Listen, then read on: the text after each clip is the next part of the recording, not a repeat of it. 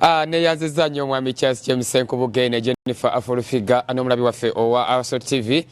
Amazima mukama tomukowaga mu mbeera yonna asigala mulungi ate asigala mwesigwa. Anjagala okwebaza mwe n'abatambule naffe asabiti enamba okutuusa olwaliro nga weekumidde ku social media n'okwekumira ku program Omusnsuzi. Olunaku olw'enkya buli nga 3 Ogwokutaano tujaguza olunaku olw'abamawulire mu nsi yonna era nga omulundi guno omulamwa guli reporting in a brave new world the impact of artificial intelligence on press freedom and the media. Ye amyuka omubaka wa president mu district ey'Emukono Hassan ngasiba nti mu bubaka bwe eri bannamawulire mu kitundu kino eky'Emukono ate ne mu Uganda okutwaliza awamu agamba nti olunaku luno lutuuse mu kiseera nga tuli mu biseera eby'obufuzi.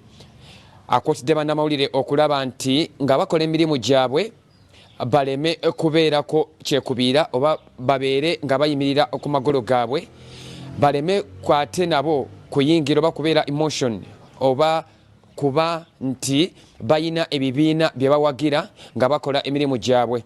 Ono era yavumiridde ekyokulaba ng'agamba nti bakuba bannamawulire n'agamba kino tekisaanyidde kubeerawo, wasaanye okubeerawo enteeseganya. Era n'agamba ye mu kitundu eky'Emukono wakufuba okulaba ng'akuuma nnyo eddembe ly'abannamawulire okulaba nga bakola emirimu gyabwe ate era nga okola emirimu gyabwe nga tebakubiddwa ku mukono.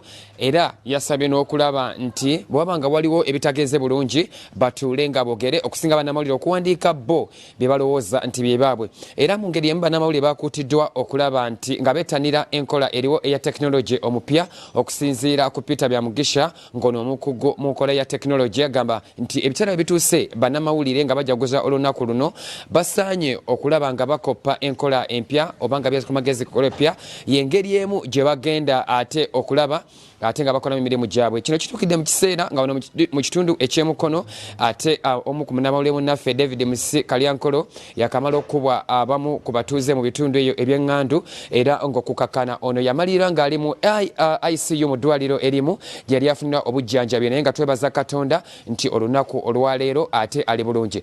Katulabe abakulu bano nga bawa obubaka bwabwe eri bannamawulire nga beteekateeka okujaguza olunaku lwabwe olunaku olw'enkya. Emyezi 2 nga akavalinga Bobi Wine nga afuka wa Nuupu. Bwamalako emyezi 2 nga akavalinga General Museveni nga afuka wa Inaaleebo. Bwamalako emyezi 2 nga akavalinga Odikambala ku muzikiti nga afuka musiraamu. Mu mawulire tolina kubeera emotion. Olina kunoonya bantu bangi kye beetaaga kumanya n'okibatuusaako. N'ebiwulikise nti abamawulire babakuba. Tuufu bibeeramu nange mbiraba olunsi ku TV mbasaba. Twenywereze mu layini yaffe ey'okubeera independent. Twenywereze mu layini yaffe ey'okubeera neutral. Ate ogende n'owa Nuupu naye muwulirize nga neutral person. Naye oteekinga side kyali wa mawulire toba analyst mulungi. Era abamawulire mbasaba. Ekiseera kino mukikozese bulungi ky'ebyobufuzi. Muleke kuteekinga side. Emyezi 2 nga akavalinga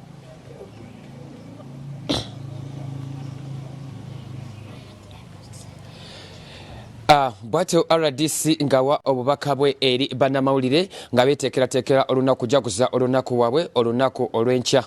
Mbagaliza weekend ennungi omwami Charles James Nkubuge ne Jennifer Afulufiga ate ne bannamawulire mbagaliza okujaguza olunaku olulungi olunaku olw'enkya. Kankomewo mu studio. Download the Salt Media app from the Google Play Store and the Apple App Store.